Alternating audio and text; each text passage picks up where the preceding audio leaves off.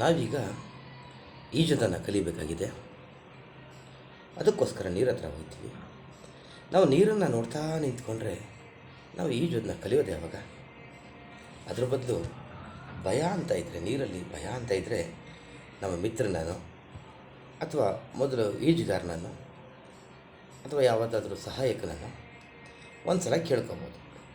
ಯಾವ ರೀತಿ ಈಜಬೇಕು, ಹೇಗೆ ಈಜ್ತಾರೆ, ಹೇಗೆ ಕೈಕಾಲು ಬಡಿತಾರೆ ಅಂತ ಕೇಳ್ಕೊಬೋದು.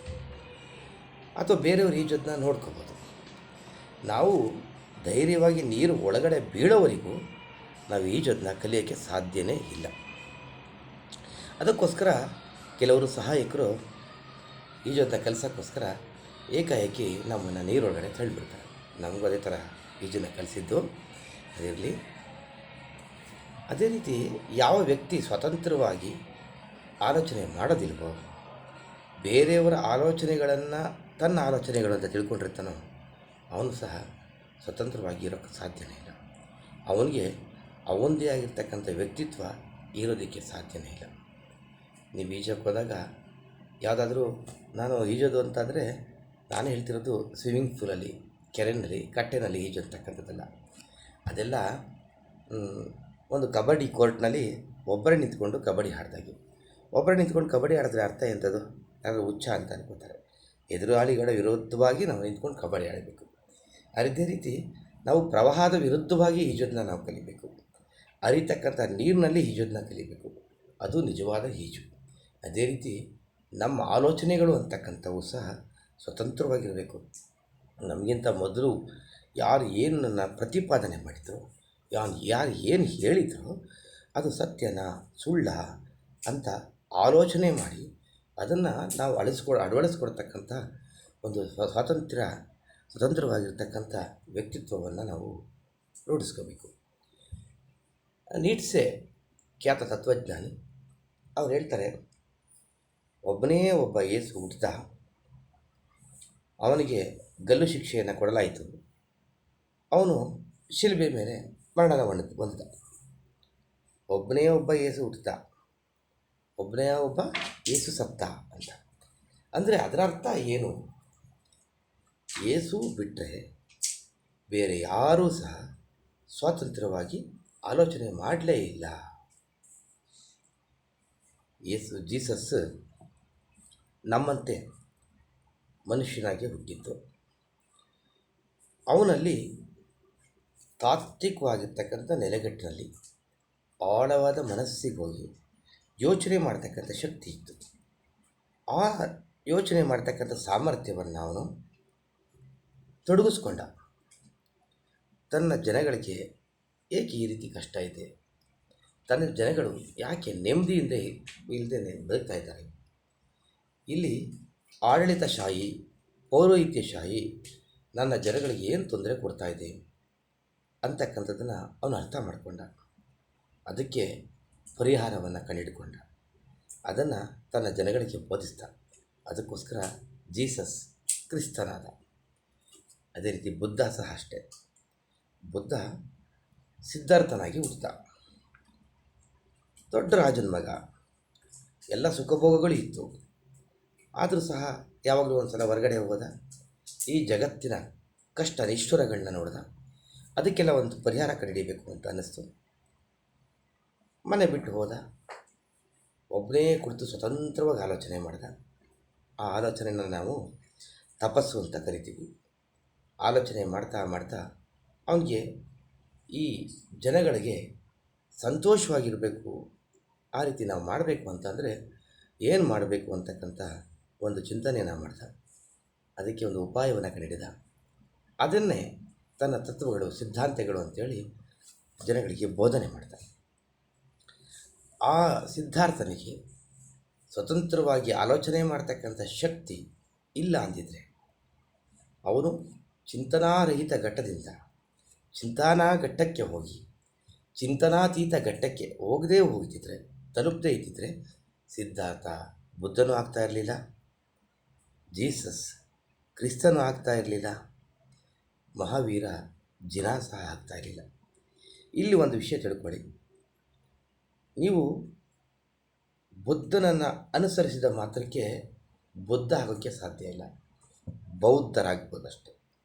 ಬೌದ್ಧರೆಲ್ಲರೂ ಬುದ್ಧ ಆಗೋಕ್ಕೆ ಸಾಧ್ಯ ಇಲ್ಲ. ಯಾಕೆಂದರೆ ಅವರೆಲ್ಲರೂ ಸಹ ಬುದ್ಧನ ಉಪದೇಶಗಳನ್ನ ಅನುಸರಿಸ್ತಾರಷ್ಟೆ, ಅದನ್ನು ಸತ್ಯ ಅಂತ ತಿಳ್ಕೊಂಡಿದ್ದಾರಷ್ಟೆ. ಅವರು ಸ್ವತಂತ್ರವಾಗಿ ಆಲೋಚನೆ ಮಾಡಿ ಅದನ್ನು ಅಳವಡಿಸ್ಕೊಂಡ್ರೆ ಮಾತ್ರ ಅವರು ಸಹ ಬುದ್ಧರಾಗೋಕ್ಕೆ ಸಾಧ್ಯ. ಅದೇ ಥರ ಎಲ್ಲ ಕ್ರೈಸ್ತರು ಸಹ ಕ್ರಿಸ್ತ ಆಗೋಕ್ಕಾಗಲ್ಲ.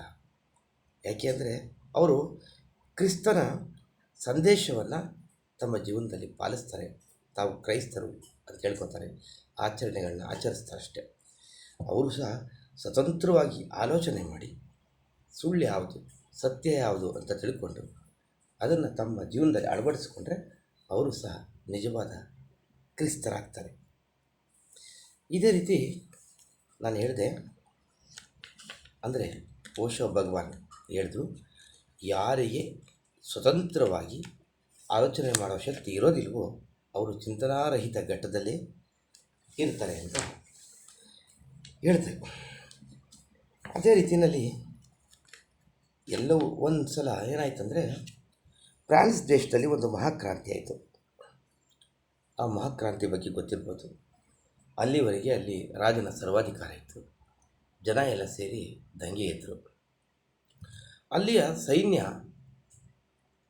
ಅಲ್ಲಿಯ ಕೈದಿಗಳನ್ನು 40 ವರ್ಷ, 50 ವರ್ಷ, 60 ವರ್ಷದಿಂದ 70-80 ವರ್ಷಗಳಿಂದ ಜೈಲಿನಲ್ಲಿಟ್ಟಿತ್ತು.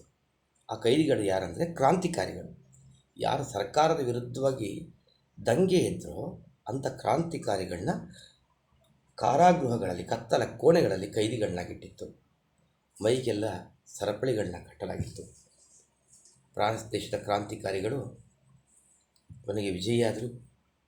ಸರ್ಕಾರವನ್ನು ಕೆಳಗಡೆ ಬೀಳಿಸಿದ್ರು. ಅವರು ಜೈಲೊಳಗಡೆ ನುಗ್ಗಿ ಎಲ್ಲ ಕೈದಿಗಳನ್ನ ಬಿಡುಗಡೆ ಮಾಡಿಸಿದ್ರು.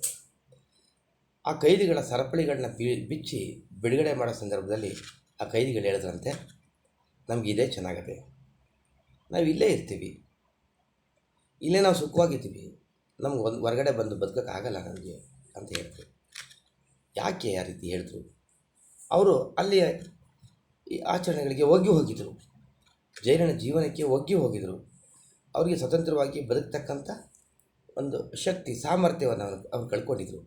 ನಾವು ಅಷ್ಟೇ, ಧರ್ಮ, ಮತ, ಇಂಥ ಬೋಧನೆಗಳ ಅಂಧಾನುಕರಣೆಯಲ್ಲಿ ನಾವು ಬದುಕ್ತಾ ಇದ್ದರೆ ನಾವು ಸಹ ಸ್ವತಂತ್ರವಾಗಿ ಬದುಕೋದನ್ನ ಕಳ್ಕೊಂಡು ಗುಲಾಮರಾಗ್ತೀವಿ. ಇಲ್ಲಿವರೆಗೆ ನಾವು ಚಿಂತನಾರಹಿತ ಘಟ್ಟ ಅಂದರೆ ಏನು, ಚಿಂತನಾರಹಿತ ಘಟ್ಟದಿಂದ ಹೊರಗಡೆ ಬರಬೇಕಂದ್ರೆ ಸ್ವತಂತ್ರವಾಗಿ ಆಲೋಚನೆ ಮಾಡ್ತಕ್ಕಂಥ ಶಕ್ತಿ, ಸಾಮರ್ಥ್ಯವನ್ನು ನಾವು ಗಳಿಸ್ಕೋಬೇಕು. ಪ್ರತಿಯೊಂದನ್ನು ಅನುಮಾನಿಸಿ ನೋಡಬೇಕು. ನಂಬಿಕೆ ಆತ್ಮಹತ್ಯೆಗೆ ಸಮಾನ.